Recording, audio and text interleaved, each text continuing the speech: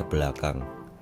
Latar belakang kedatangan Portugis ke Indonesia yaitu yang pertama yaitu jatuhnya Konstantinopel Bizantium pada tahun 1453 ke tangan Turki Utsmani.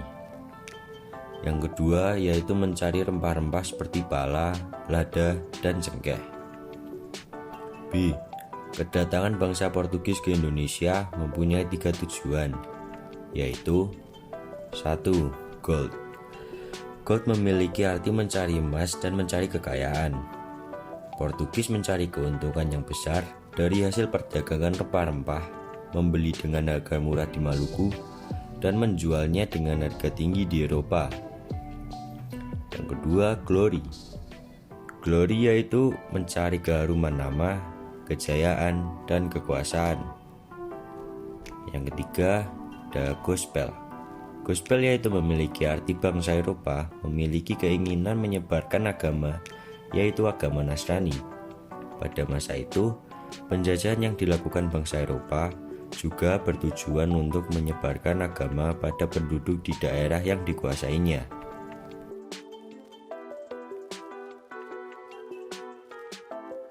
C. Proses kedatangan bangsa Portugis ke Nusantara. Proses masuknya bangsa Portugis ke Indonesia diawali dari berita keberhasilan Columbus yang menemukan daerah baru. Kemudian Raja Manuel I memerintahkan pelaut Portugis bernama Vasco da Gama untuk mencari tempat yang merupakan penghasil rempah-rempah. Vasco da Gama memulai ekspedisi berdasarkan pengalaman dari Bartholomeus Dias, di mana ia telah melakukan perlayaran pada tahun 1486 yang kemudian menemukan Tanjung Harapan, salah satu daerah di benua Afrika. Dias tidak meneruskan pelayarannya dan kembali ke Portugis karena kapalnya yang terkena badai. Vasco da Gama melanjutkan ekspedisinya memasuki Samudra Hindia dan Laut Arab. Kemudian Vasco tiba di Calicut pada tahun 1498. Setelah lama menduduki Calicut, orang Portugis menyadari bahwa ternyata tempat yang didudukinya itu bukan penghasil rempah-rempah. Ada tempat lain yang menjadi pusat rempah-rempah di Asia, yaitu Malaka. Karena itu, Portugis mengirimkan ekspedisi ke Malaka di bawah pimpinan Alfonso de Albuquerque yang memiliki armada lengkap dan berhasil menguasai Malaka pada tahun 1511.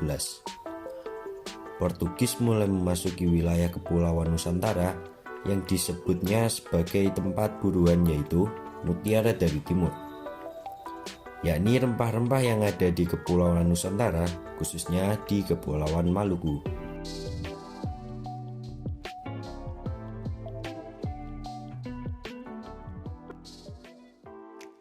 Masa penjajahan Portugis di Indonesia. Cara yang ditempuh Portugis untuk menguasai wilayah adalah dengan berbaur dengan penduduk setempat, menikahi penduduk lokal dan berpihak pada salah satu wilayah yang sedang berseteru dengan wilayah lain, sehingga kedatangannya dapat diterima. Sedangkan saat Ternate dan Tidore berseteru, Portugis memihak Ternate. Sebagai imbalan, Portugis mendapatkan hak monopoli dagang atas rempah-rempah di daerah yang telah dipengaruhinya itu. Bangsa Portugis juga menjalin kerjasama dagang dengan kerajaan Sunda atau Pajajaran, ditandai dengan dibuatnya Patrao atau prasasti kerjasama tahun 1522. Patrao digunakan sebagai bagian dari upaya klaim wilayah Portugis selama penjelajahan. Daerah yang ditemukan lebih dulu dan disinggahi oleh Portugis akan masuk ke dalam wilayah kekuasaan Portugis. Selain Portugis, Spanyol juga pernah datang ke Indonesia. Kedatangan bangsa Spanyol ke Indonesia sempat menimbulkan konflik dengan Portugis, namun berhasil diakhiri dengan perjanjian Saragossa.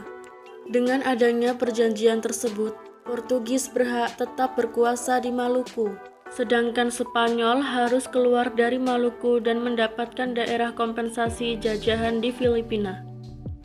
Kebijakan politik tokoh-tokoh. Bartholomeus Dias.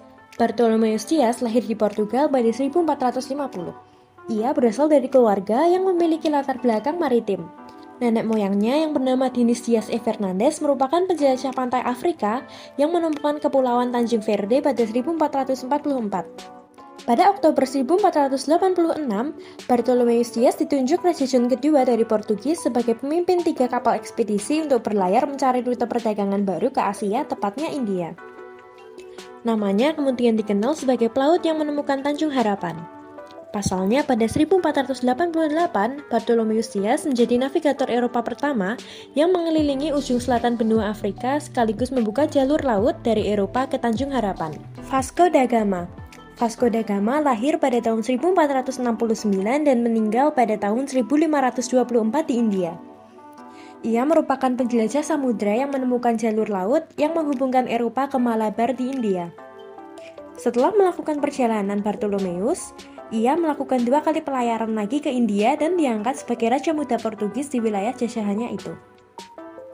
Pelayarannya pun menjadi titik awal kolonialisme Portugis di India yang menghasilkan kekayaan dan kekuasaan bagi tahta Portugis, yang pada akhirnya mampu bertahan selama beberapa abad. Alfonso de Albuquerque.